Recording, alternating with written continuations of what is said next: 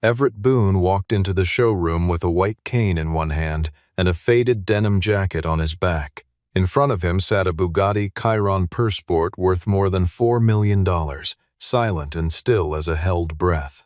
Celeste Mercer, CEO of Mercer Elite Motors, laughed in front of her entire staff. A blind man fixing cars. This showroom must be more desperate than I thought. The room laughed with her.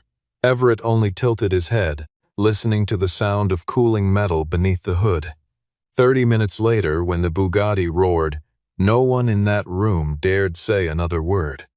If you've ever been underestimated, stay until the end, because the moment a CEO goes silent is worth every second. The showroom floor of Mercer Elite Motors occupied nearly 12,000 square feet of reclaimed hardwood and polished concrete in the hills above Malibu, a cathedral of velocity where sunlight fell through floor-to-ceiling glass panels and landed on things that cost more than most people's houses. It was a Tuesday in late October, and the room smelled of leather conditioner, cold espresso, and the particular anxiety that only money under threat can produce. Every surface gleamed. Every employee wore pressed black. And at the center of it all, resting behind a velvet rope on a raised platform lit from beneath like an altar, sat a Bugatti Chiron Persport in carbon satin black, a machine the showroom's own promotional material called a 1,500 horsepower testament to human ambition. The car was immaculate, and it was completely, catastrophically dead. Preston Tate was due at 2 o'clock. He had wired the deposit 4 months ago, signed the documentation 6 weeks after that, and made it understood through his attorney, Marin Tate, that the handover event was not a formality but a performance, one he expected to run flawlessly. Preston collected cars the way certain men collected silence, deliberately, expensively, and without patience for excuses. He was bringing 2 colleagues and a photographer, and he expected the Bugatti to be running, idling, breathing when he arrived. Instead, it had not started since Friday evening, and no one in the building could explain why. The technical team had spent the better part of 72 hours cycling through every diagnostic protocol the showroom's equipment could generate. They had replaced the spark module assembly, recalibrated the fuel rail pressure, cleared every fault code visible on the OBD interface, and placed 3 separate video calls to a specialist based in Stuttgart who reviewed their work remotely and offered suggestions that produced nothing. A 4th call was placed Saturday night to a retired Bugatti factory technician living in Arizona who confirmed the issue was not mechanical in the conventional sense. The engine was structurally sound. The fuel delivery looked clean. Yet the W16 would not fire, and as Sunday became Monday and Monday became Tuesday morning, the anxiety in the building shifted from concern to something closer to dread. Celeste Mercer wore that dread the way she wore everything, invisibly, pressed beneath composure so practiced it had become indistinguishable from genuine calm. She was 38, sharp-featured, and accustomed to being the most prepared person in any room she entered. She had built the Malibu location into the most profitable luxury vehicle showroom in Southern California, through a combination of ruthlessness, taste, and an almost pathological refusal to acknowledge failure in front of staff. What she felt in private was her own business. What she showed in that showroom was authority, and she intended to keep showing it regardless of the Bugatti sitting cold and mute behind her. The math was not complicated, and it was not kind. If the car failed to start before Preston Tate walked through the door, the contract died. $4,200,000 in immediate revenue and $18 million more in a sponsorship partnership they had been negotiating for the better part of a year, all of it dangling from a single ignition sequence that kept refusing to complete. She stood at the edge of the service bay with her arms folded and told Nolan Pierce, her head of technical operations, that failure was not an available outcome. Nolan was a compact man in his early 40s with 10 years of luxury automotive diagnostics behind him and the particular expression of someone who had just been told to accomplish something he privately believed was impossible. He had run out of ideas he was willing to admit to. He stood at the laptop cart and scrolled through fault logs for the fourth time that morning without reading them. It was his junior technician, a 23-year-old named Ryan who had been with the showroom for 8 months, who suggested the name. He mentioned it carefully. The way you mention something you're not sure will be well received. He said he had grown up in Reseda, and that his uncle used to take his truck to a garage run by a man named Everett Boone, a man who was blind, who had once diagnosed a transmission fault on a diesel pickup by resting his hand on the hood for 40 seconds and describing the problem in exact detail. He said the man was good. He said the man was better than good. Nolan told him to call. Everett Boone arrived at 11:47 with his daughter Tessa, who was 17 and carried herself with the quiet confidence of someone accustomed to navigating the world on behalf of someone else without making a production of it. Everett wore a dark denim jacket gone pale at the elbows, work boots that had been resoled at least twice, and a white cane that he used with an economy of motion that made it look less like an aid and more like a habit. He was 51, broad through the shoulders, with hands that bore the particular kind of wear that comes not from hard labor alone but from decades of fine, repeated contact with engines, cylinders, and the language of machines. Tessa walked half a step to his left, close enough to be useful, far enough to signal that he did not require managing. The reception area of Mercer Elite Motors was not designed to receive people who looked like Everett Boone. The woman at the desk glanced up from her monitor, took in the cane and the jacket and the work boots, and then looked behind them as though expecting someone else to follow, someone who belonged.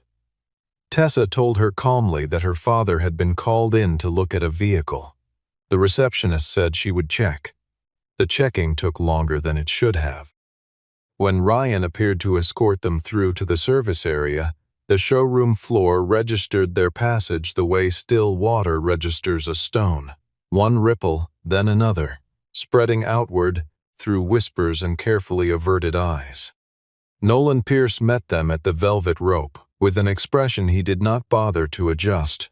He looked at Everett for a moment, then at Tessa, then back at Everett with the kind of recalibration a man performs when what he expected and what arrived do not match. He said something that was not quite a greeting and asked Ryan why he hadn't mentioned certain details when he made the call. Ryan said he didn't think the details were relevant.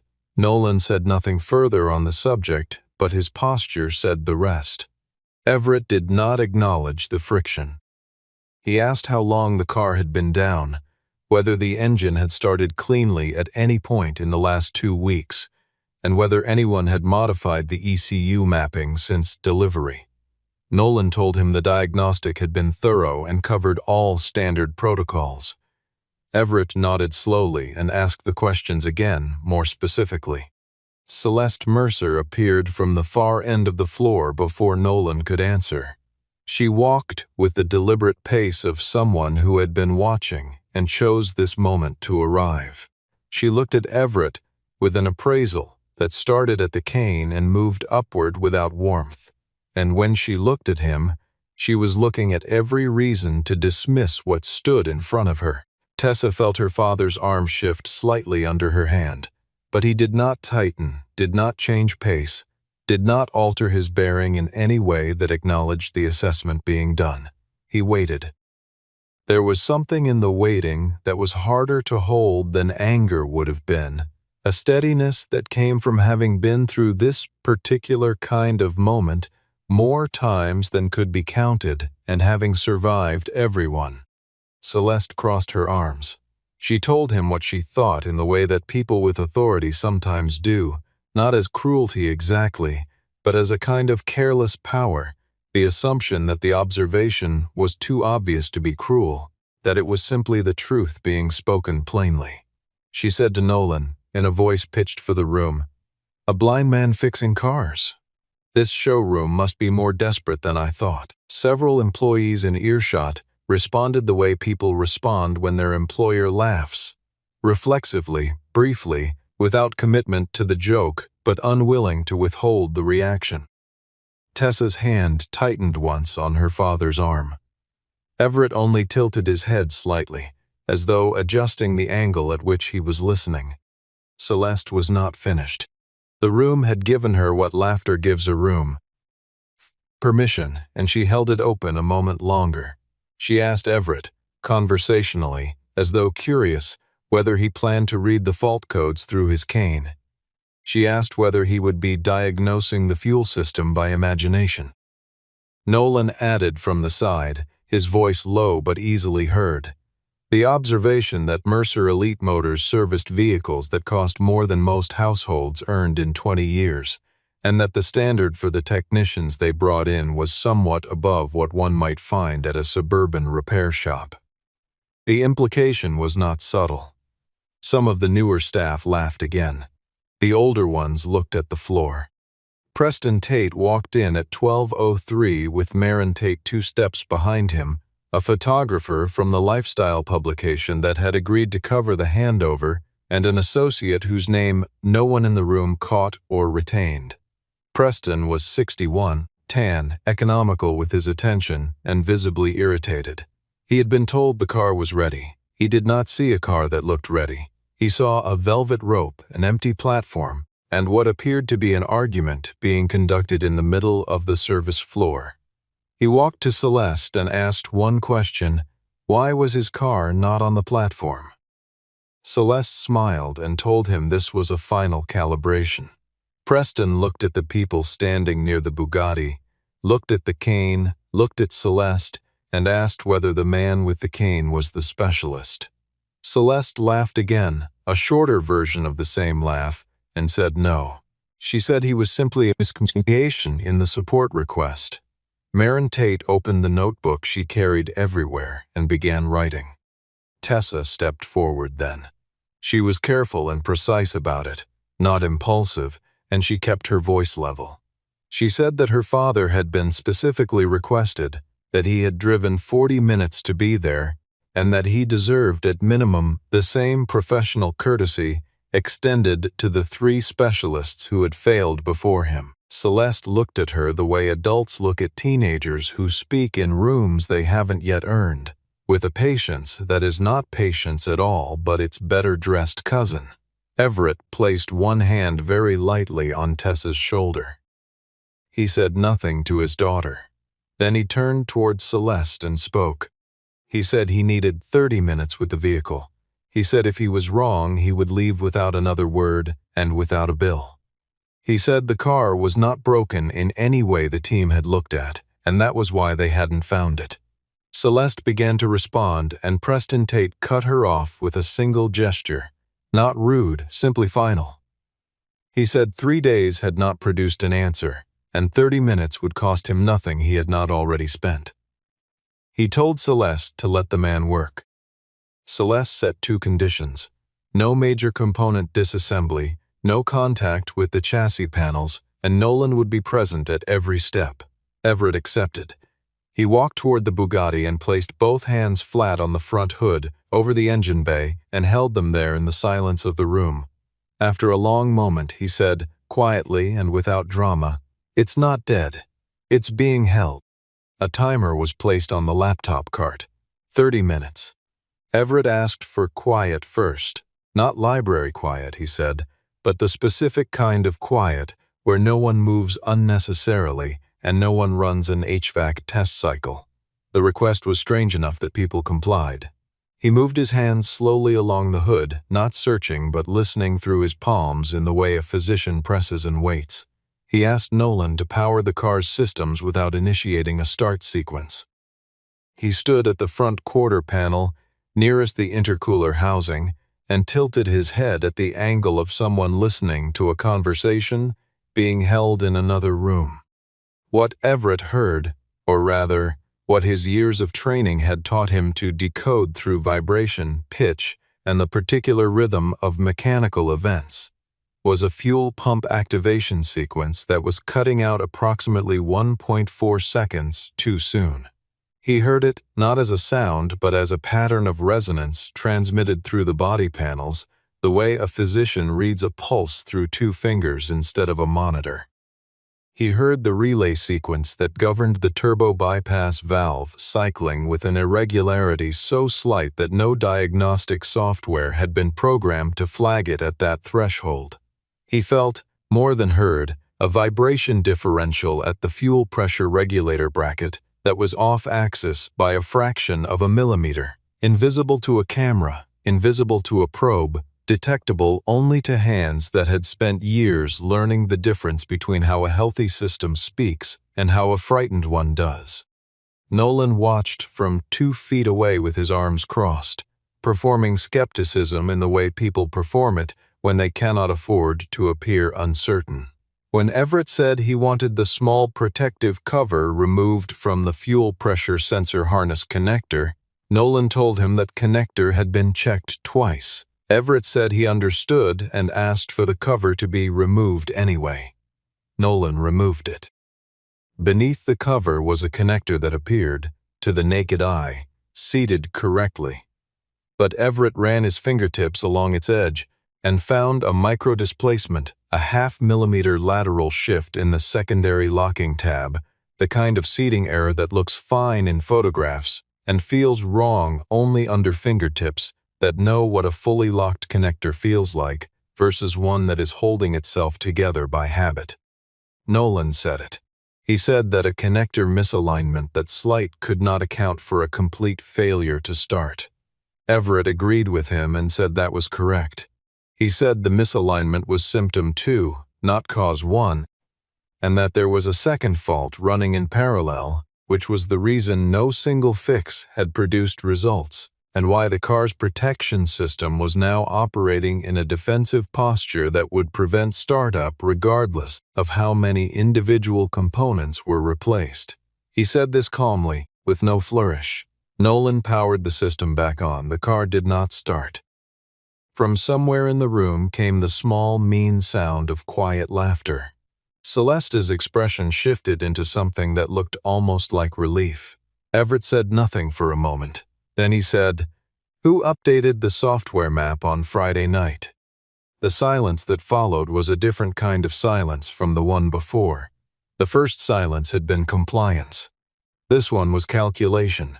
The rapid, involuntary calculation of people assessing how much they could afford to say and how much they needed to conceal. Nolan looked at the floor. Ryan looked at Nolan. Marin Tate looked at Everett. Preston Tate looked at Celeste. It was Vaughn Mercer who eventually entered the room, though not yet. Before that, the answer came from Nolan, who provided it the way a man provides a confession he has been holding too long.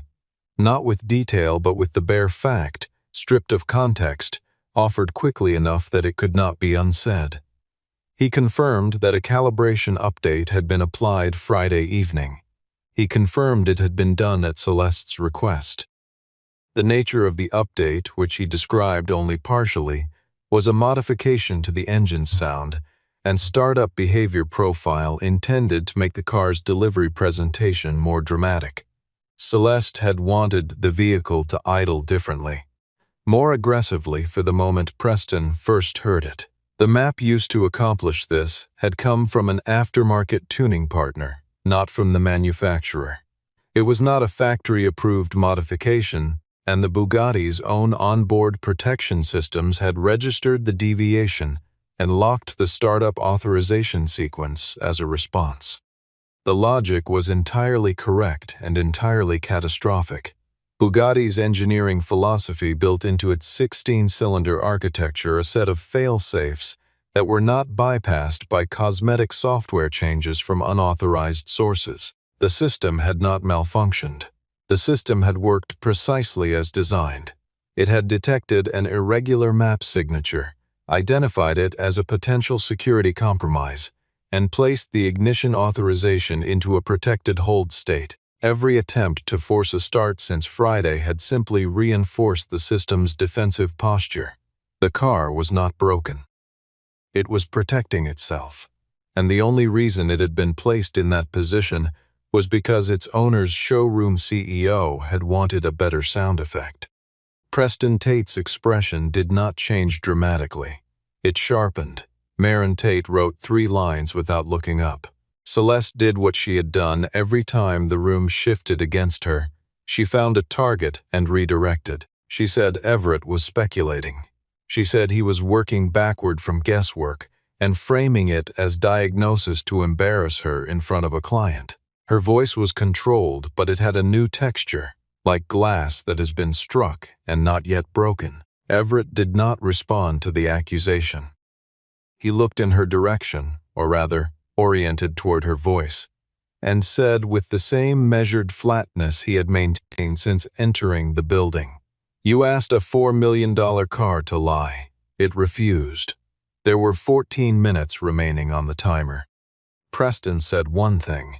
He said if the engine was not running when the 30 minutes ended, he would rescind the purchase agreement in writing before leaving the property. Nolan's hands were not entirely steady. There was a version of Everett Boone that the showroom would never see.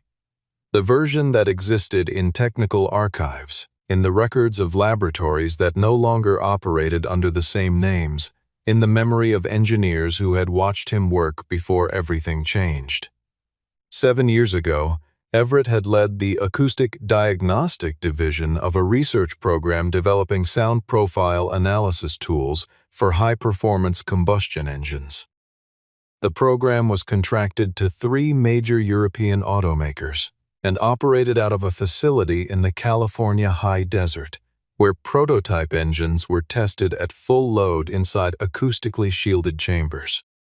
His particular contribution to the program was a methodology for identifying combustion irregularities through sound pattern analysis.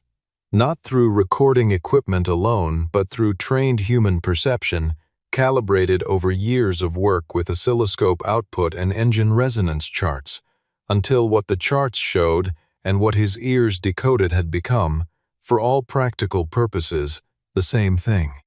The accident happened during a test cycle on a prototype 8-liter engine. A failure in a secondary fuel line created an uncontrolled combustion event inside the test chamber. 3 people were injured. Everett lost his sight. The company restructured its testing program, paid a settlement bound by confidentiality agreements, and quietly removed his name from the projects he had contributed to. He moved back to Reseda with Tessa, who was 10 years old, and opened a repair shop 2 blocks from the house where he had grown up. He fixed trucks. He fixed old Civics and rusted-out muscle cars, and the riding mowers of retired men who liked to talk while the machines cooled down. He did not talk about what he used to do. There was no placard in the garage, no framed certificate, no archives about the man when some engineers had privately called the best ears in the building. He was a man who fixed cars, who raised his daughter, and who charged fair prices. Tessa stood at the laptop cart and read the diagnostic figures aloud in the calm, specific voice she had developed for exactly this kind of work. The voice she used when her father needed eyes, and she needed to be those eyes without inserting herself into his thinking. Fuel rail pressure oscillating between 312 and 340 psi. Bypass valve showing no command acknowledgement. ECU holding a startup inhibit flag tied to a security authorization mismatch. Everett processed each number without pause, without pen or paper, the way a musician processes a key change, not by analyzing, but by recognizing. He said he needed the original factory map restored, but he needed it restored without a full system reset. He said the fault logs needed to be preserved intact, because they constituted a sequential record of every unauthorized modification and every subsequent override attempt, and that record belonged to Preston Tate. Marin Tate looked up from her notebook for the first time. The door at the far end of the showroom opened, and Vaughn Mercer walked in. Vaughn Mercer was 73 years old and had founded this company with $30,000 and a contact list built over 20 years in the import business. He had stepped back from daily operations 4 years ago, handing the CEO role to his daughter, and he spent most of his time now between his house in Santa Barbara and a workshop in Ojai, where he restored pre-war motorcycles for reasons that had nothing to do with money.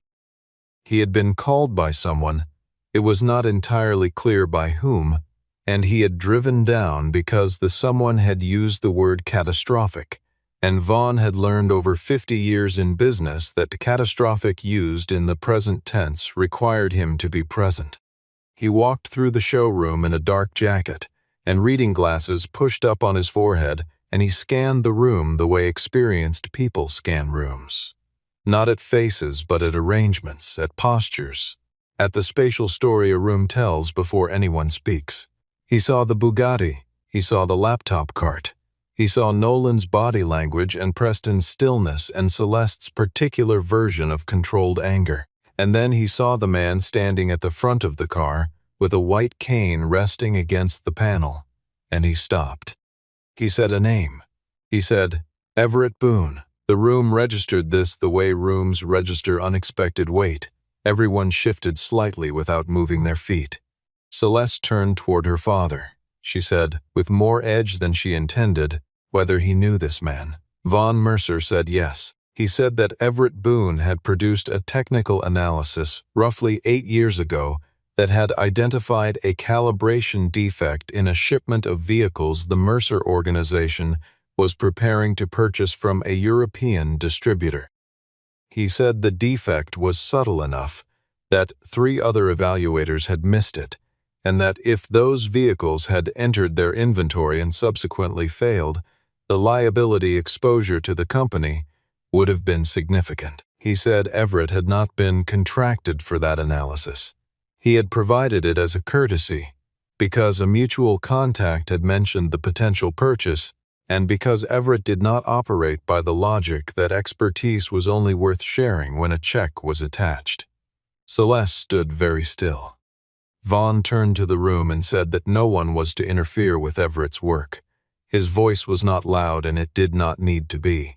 He looked at Everett and asked how much time was left. Everett said 8 minutes. Vaughn said to use them. Everett put his hands back on the car and said, almost to himself, "It doesn't want to be started. It wants to be restored." 8 minutes. Everett asked for the factory map file to be located in the backup archive, the original, unmodified calibration file as supplied by the manufacturer at delivery. Nolan went to the laptop. His hands had a slight tremor that he managed by pressing his fingers harder against the keys than necessary. He found the file and named it aloud. Everett asked Tessa to confirm the file timestamp. She read it. Everett said, "Load that file." Nolan began the upload sequence. At 4 minutes and 20 seconds remaining, the upload completed. Nolan initiated the system restart sequence. The dashboard indicators cycled through their power-on sequence. 3 warning indicators that had been active since Friday night extinguished one by one. The fuel pressure reading stabilized at the target range. Everett stood at the front quarter panel with his head slightly tilted and listened. He said, "Stop." Nolan's hand came off the keyboard. Everett said Nolan had selected the wrong startup mode. He had triggered the diagnostics restart rather than the standard initialization, and if he proceeded, the immobilizer would read the boot sequence as another unauthorized intervention and lock again. Nolan said, with genuine confusion, how Everett could know that. Everett said the cooling fan had changed its cycle cadence by approximately 8% 2 seconds before the system confirmed the mode selection, and that was the sound a Bugatti's thermal management made when it expected a diagnostic boot rather than a standard one. Nolan stared at him for a moment. Then he changed the mode. Tessa read the file name from the screen to confirm. Nolan reloaded. 2 minutes. The warning indicators stayed off. The fuel pressure held. But the immobilizer was still active. Its authorization flag had been written during the bad map period, and it was locked to the primary key that had been synced in that compromised state. Starting with that key would re-trigger the conflict. Everett asked for the secondary key. the backup fob that came sealed in the delivery package. Celeste said it wasn't necessary. Vaughn asked Ryan to retrieve it from the delivery documentation in the safe. Celeste said nothing further. The secondary key had never been synced to the modified map. Its authorization token was clean. Everett held it for a moment in his hand, the fob resting flat in his palm as though he were weighing it. He gave it to Nolan and told him to insert it and power the car on from ground up. Not start, just power on. Let the system read the clean key. 1 minute and 14 seconds on the timer. The startup authorization indicator on the dashboard moved from red to amber. Everett stood beside the car with one hand resting lightly on the door, not gripping it, just resting there, as though offering something rather than taking it. He told Nolan, "Do not press the accelerator. Just wake it up." Nolan pressed the start button. The room held its breath. 1 second of silence, then a second. Then the W16 engine of the Bugatti Chiron Pur Sport spoke. Not stuttered, not coughed, but spoke. A deep and layered and enormous sound that moved through the glass walls of the showroom and back again, and settled into the room like something that had always been there and had only now been allowed to arrive. The sound ran up into the ceiling and down through the floor, and the people standing in that room felt it in their chests before they understood what they were hearing. Nobody laughed. The technicians who had been laughing 40 minutes ago were now standing in the posture of people who have heard something that requires them to recalibrate. The sound of the Bugatti at idle in that enclosed space was not subtle. It was immediate and physical, and it made it very clear, in a way that no argument could, that the machine was alive and had simply been waiting for someone who spoke its language. Preston Tate walked slowly to the driver's side of the car. He stood there and listened to the idle, to the small fluctuations and the returning stability, to the particular texture of 16 cylinders operating in their correct relationship to one another. Marin Tate had stopped writing. Tessa stood by the laptop cart, with her hands folded in front of her and the very small smile of someone who has been through this version of a day before and does not require external confirmation that it ended correctly. Celeste Mercer stood with her arms at her sides, which was a different posture from the crossed arms of the last 40 minutes, and in that difference was something that cost her more than she showed. Nolan confirmed from the diagnostic screen that all parameters had returned to within factory specification. Fuel pressure stable, bypass valve responding, security authorization cleared, ECU no longer in protective hold. The machine was, in every measurable sense, exactly what the paperwork said it was, a car ready to be delivered. Preston asked Everett one question. He asked how long it had taken him to understand where the fault was. Everett said since the first time the car tried to start in his presence. Preston absorbed this. He turned to Celeste and said in a tone that was not angry, anger would have been easier for her, but measured and final, that he was proceeding with the purchase. He said, however, that the maintenance contract for the vehicle would be issued independently, and he would like the name Everett Boone attached to it.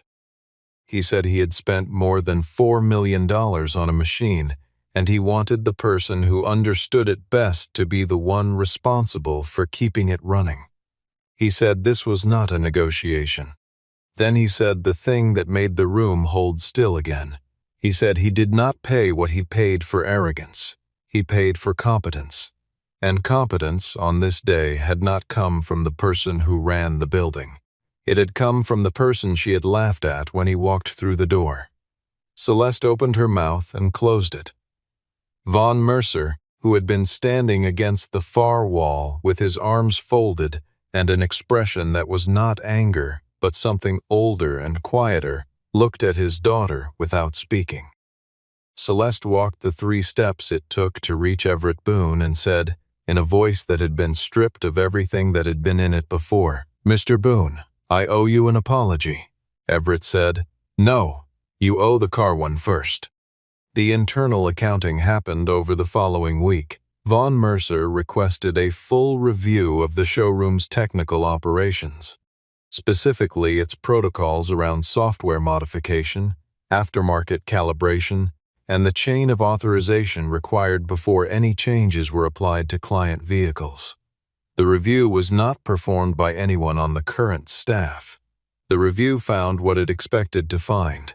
The ECU modification on Friday evening had been performed without a work order, without documentation, and without client consent. It had been carried out by Nolan Pierce at the verbal direction of Celeste Mercer, for the purpose of cosmetic enhancement of a vehicle that had already been sold and was legally the property of its purchaser. This was not a gray area. Nolan Pierce was suspended from his role as technical director, pending a formal disciplinary review. The outcome of that review would take him off the service floor for the better part of 4 months, during which time he was required to complete a manufacturer-certified recertification program. He was not fired, which was perhaps more merciful than some felt he deserved, but the terms of his return were unambiguous. Celeste Mercer was removed from oversight of the high-value delivery program by her father's direct instruction. She retained her CEO title, which surprised some people inside the organization, but the conditions attached to it were new. Vaughn required her to spend the next quarter working directly with the technical team on 2 projects, learning what her technicians actually did, and learning to listen to people whose expertise was not visible in their clothing. Preston Tate spoke with Everett privately before leaving. He offered him a consulting agreement covering the maintenance and technical oversight of his personal vehicle collection, which numbered 11 cars and would grow, he said, to at least 14 by the following spring. The value of the agreement was $600,000 annually. Everett thanked him, which surprised Preston, who appeared to have expected an immediate yes. Everett said he had a garage in Reseda with 4 regular clients whose vehicles were currently waiting for him. He said he would need to think about how a contract of that scale interacted with a business of the size he intended to keep running. Preston said he had not expected that response.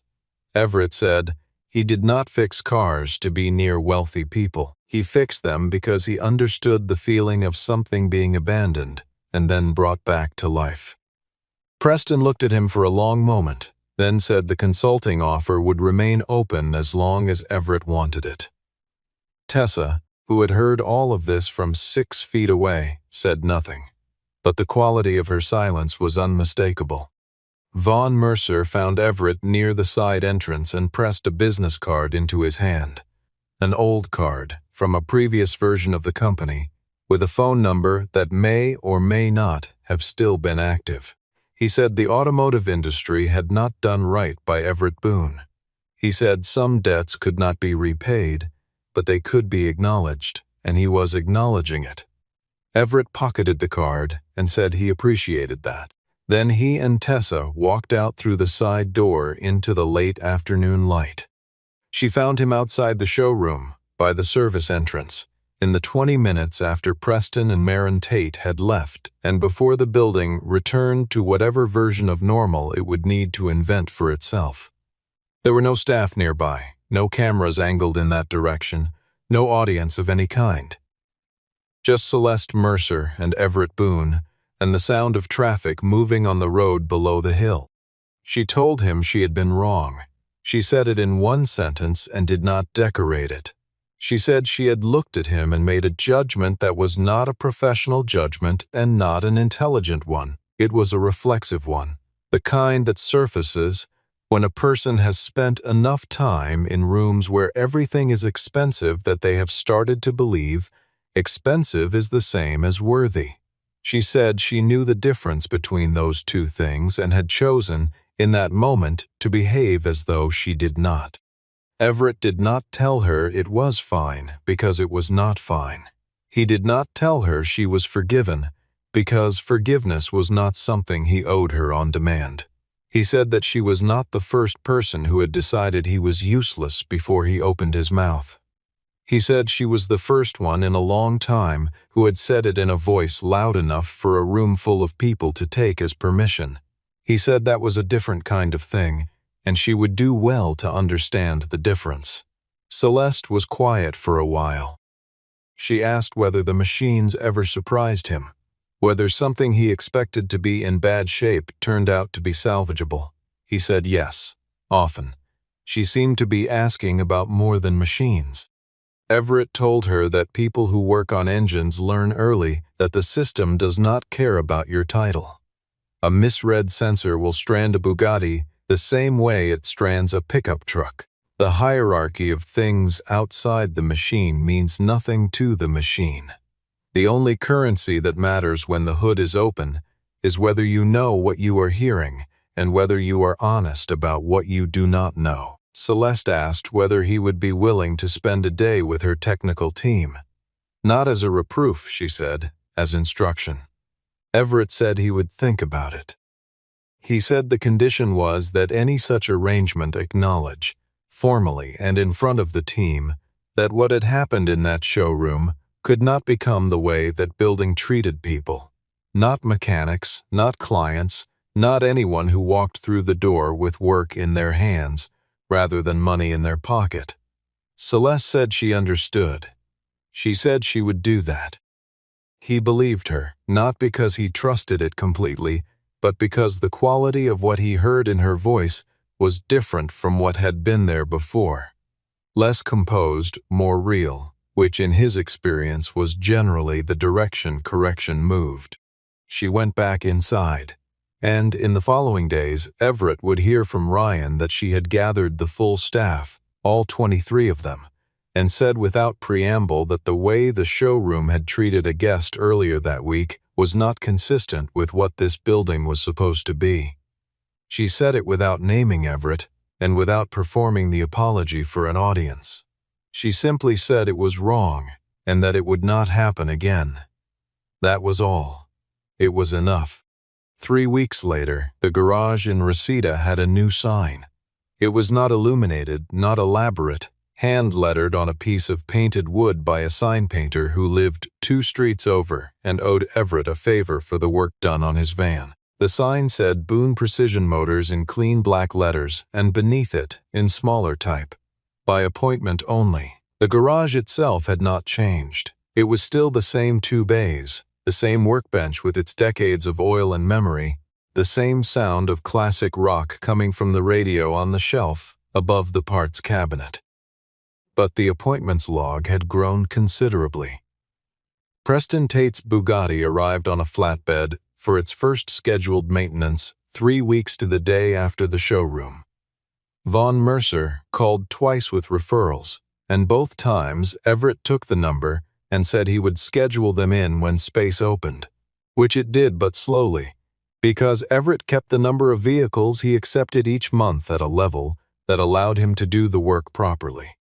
Tessa was beginning her applications for engineering programs, and on a Thursday evening she sat at the workbench with a notebook while her father worked beside her on the idle adjustment of a 1987 Porsche that belonged to a retired teacher in Chatsworth.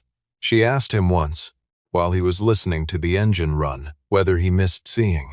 Not performing the question delicately, the way people perform delicate questions, just asking, the way she always asked things, directly and without armor. He was quiet for a moment before answering. He said yes, sometimes. He said he missed the first look at a new engine, the way the layout declared itself before you started learning it. He said he missed certain things about color, certain kinds of light. Then he pulled a mechanical stethoscope from the pegboard above the bench, old, dented, with a cracked rubber earpiece, and held it out to her. He said there was something this gave him that his eyes never had, the ability to hear exactly where a problem lived, without the noise of everything else getting in the way. Tessa took it and looked at it for a long time. She asked whether he could really hear a relay switch from across an engine bay. He smiled, which was not something he did for most of the people who asked him questions. He said, "Not the relay." He said he heard the space between what the relay was supposed to do and what it was actually doing. That gap was the information. That gap was where everything real lived. She wrote that down in her notebook, not as a quote but as a principle, something she wanted to carry forward into whatever rooms she would eventually walk into, regardless of what those rooms assumed when they first saw her. The Bugatti sat in the second bay with its hood raised. Outside, the last of the day was leaving the sky the way it does in October over the valley, quickly, without ceremony. Everett set the stethoscope against a bracket on the Porsche and listened. Somewhere in the back of his mind was the sound of a showroom full of laughter, and further back, the deeper sound of a 16-cylinder engine coming awake after days of silence. He had not become a different man in 30 minutes. He had not become more than he already was. He had only been heard, finally, by a room that had not known how to listen until he gave it no choice. 30 minutes had not made Everett Boone into something new. They had only forced the world to acknowledge what had always been there. A man who had never once been as useless as the people laughing had needed to believe.